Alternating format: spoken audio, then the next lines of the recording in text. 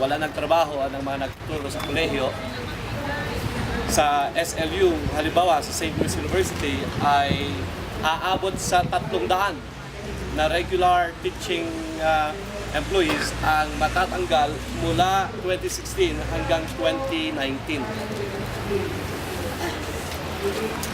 Higit sa kalahati ng teaching employees ng St. Louis University ang siguradong mawawalan ng trabaho dahil sa K-12 program ng gobyerno at doon sa adoption ng CHED Memo number 20.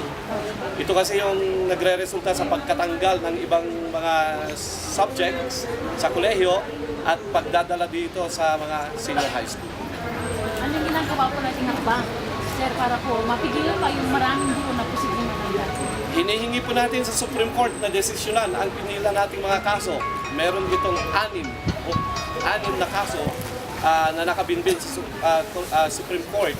At hinihimok po natin ang Supreme Court na pagdesisyonan ito at hinihingi po namin na pansamantalang itigil ang pagpapatupad ng K-12 program.